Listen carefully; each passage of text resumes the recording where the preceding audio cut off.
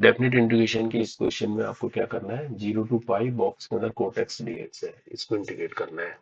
तो किस तरह का फंक्शन दिया हुआ है, ये ग्रेटेस्ट इंटीजर फंक्शन है जो कि बॉक्स के अंदर दिया है। तो इसको लिखोगे आप 0 to π, और ये बॉक्स के अंदर है आपके पास cot of x d x, है ना। तो इस केस में क्या हो रहा है, कोट एक्स कैसे अप्रोच कर रहा है, 0 to π, यानी जो कोट एक्स है, ये 0 to π का मतलब है कोस 0 अपॉन साइन 0। कहने का मतलब X is 8x is equal to 0 पर ये कहाँ जा रहा है, 8x इज 0 पर ये इनफाइनाइट जा रहा है, और 8x इज इक्वल टू π पर ये कहाँ जा रहा है, माइनस इनफाइनाइट जाएगा। तो कहने का मतलब कोट एक्स क्या है, फाइनाइट से माइनस में, तो कंटिन्यूस क्या वाला डिक्रीज हो रहा है ना। तो डिक्रीजिंग फंक्शन है, तो कंटिन्यूस डिक्रीजिंग फंक्शन है ये, कौन, कोटेक्स, है ना। कंटिन्यूस डिक्रीजिंग फंक्शन है। अब जब लिमिट की बात करते हैं, जब कोटेक्स को लिमिट में ले लेते हैं, तो एक्स क्या कर रहा है, अपने आप में एक अप्रोच कर रहा है एक सर्टेन वैल्यू को, है ना, फिक्स्ड नहीं है ये, किसी भी डिस्क्रीट वैल्यू पर ये फिक्स नहीं है, ये अपने आप में क्या कर रहा है, एक अप्रोच कर रहा है किसी वैल्यू को, है ना।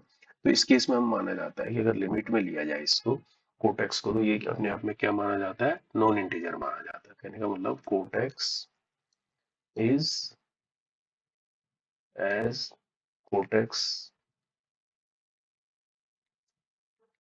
considered as non integer. तो जब भी लिमिट की बात आएगी तो हम कोटेक्स को क्या बोलेंगे, नॉन इंटीजर है ना। लिमिट नहीं होगा तब तो ये प्रोड्यूस कर ही रहा है, इंटीजर नॉन इंटीजर दोनों प्रोड्यूस कर रहा है, ऑल रियल नंबर्स को प्रोड्यूस कर रहा है ये, है ना। बट लेकिन ये कंटिन्यूस डिक्रीज हो रहा है।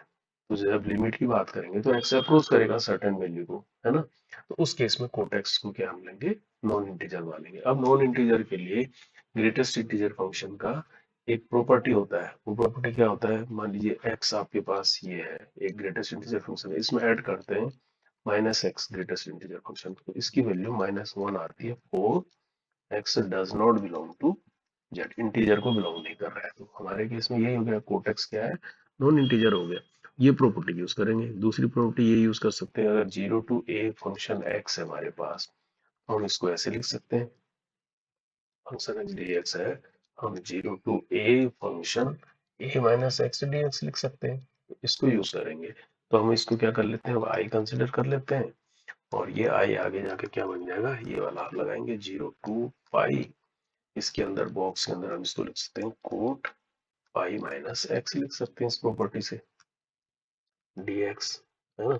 तो कोट पाई माइनस एक्स क्या होगा, माइनस, है ना। तो यानी 0 to π बॉक्स के अंदर क्या मिल जाएगा आपको, माइनस कोट ऑफ एक्स मिल जाएगा, dx, ये मिल जाएगा।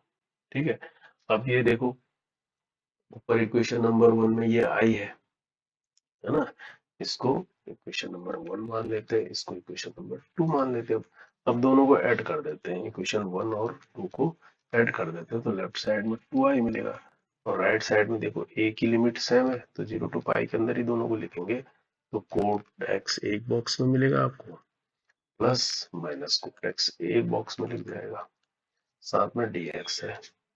अब 0 to π करेंगे तो ये वैल्यू कितनी आ रही है, इस फार्मूले से -1 आ रही है, तो माइनस बाहर आ जाएगा, ये खाली dx बचेगा।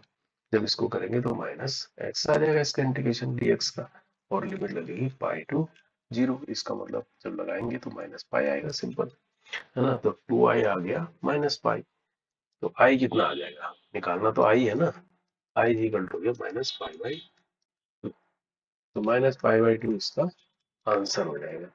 तो इस सीधे फार्मूले पर बेस्ड क्वेश्चन है ना। अगर आपको ये प्रॉपर्टी याद होनी चाहिए, ये वाली, है ना। तो -π/2, तो 2 इसका राइट आंसर है। ठीक है, तो ये प्रॉपर्टी आपको पता होनी चाहिए। ओके।